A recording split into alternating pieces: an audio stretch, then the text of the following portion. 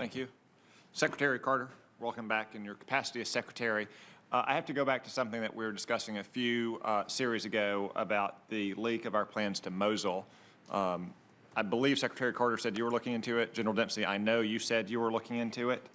I don't understand what would take so long to get to the bottom. I mean, this was not a leak.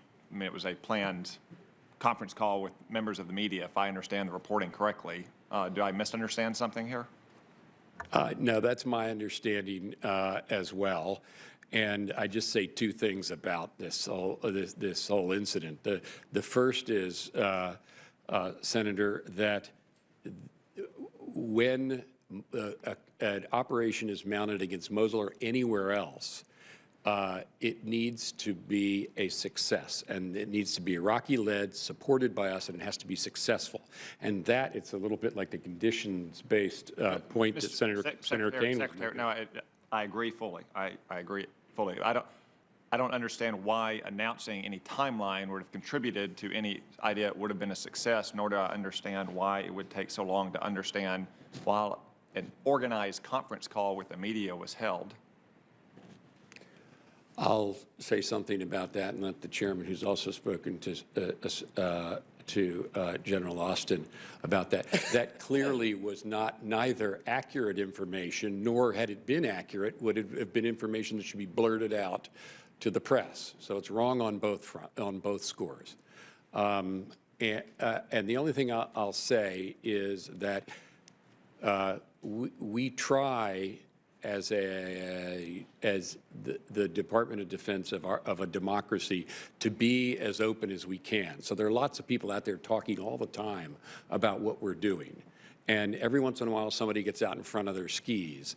But I also, even as we make sure that this particular incident doesn't happen again, I think that it's important that we be open as a department, not with military secrets and not with war plans, which is the mistake made in this case. But we do try to keep the country informed of what we're doing.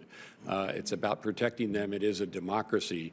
And so openness is important, but it has to have limits when it comes to security matters. And those limits obviously weren't respected in this case. Chairman? Senators McCain and Graham have sent a letter through the President to the Secretary, to me, to General Austin, actually, to ask that very question. And I must suggest that I will wait until the letter is until we respond to the letter. Secretary Carter, during your confirmation hearings, you had mentioned that U.S. options to respond to the breach of INF treaty by Russia would include, and this is a quote, and I think you alluded to this earlier when you're speaking with Senator Fisher, active defenses to counter intermediate-range ground-launched cruise missiles, counterforce capabilities to prevent intermediate-range ground-launched cruise missile attacks, and countervailing strike capabilities to enhance U.S. or allied forces. Could you elaborate on the size and the scope of those capabilities and what you think the Russian government's reaction might be if we were to fund such capabilities? Excuse me. I think in this setting, I'd like to limit the amount of detail that I go into, but I will affirm what you just said, which is that we have three kinds of options for responding to a violation of the INF treaty. I think the Russians need to know that this is a two-way street. They signed, we signed, and we can and will react, and those are the three categories in which which we could react militarily. Active defenses, which are to protect ourselves and our allies and their territory against this new threat. Counterforce, which is a way of making sure that God forbid, there is a actual military confrontation, they can't be used. And the third is this opens up the option for us to have systems which we decided to forego in the interests of this INF treaty years ago. We don't have to forego them anymore because a treaty is a two-way street. And with that, Chairman, you want to add? The only thing I'll add, Senator, is that the development of capabilities to fit into the categories that the Secretary mentions would be INF compliant. And that's the difference between the two of us. Okay. This may be a question about military terms of art, so I'll start with the chairman if that's okay, and then let Secretary Carter-Batt clean up. Mr. Chairman, what are, quote, enduring offensive ground combat operations, end quote?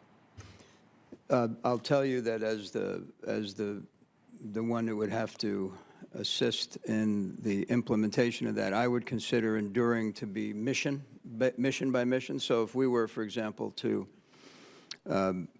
decide that our advice to the president would be that we would have to introduce ground forces to accompany Iraqis into combat in Mosul because of the complexity of the terrain, then we can do that, but it would be mission-specific, as opposed to a temporal issue. Mission-specific rather than a temporal dimension, meaning 2 weeks or 2 years. Secretary Carter, do you have anything to add? No, I think that's accurate. I think the important thing about the language of the AMF and however that discussion debate turns out, from my point of view, is first that we have the flexibility to run the campaign we need to defend the country, and the second is that our troops see our government as a whole supporting them.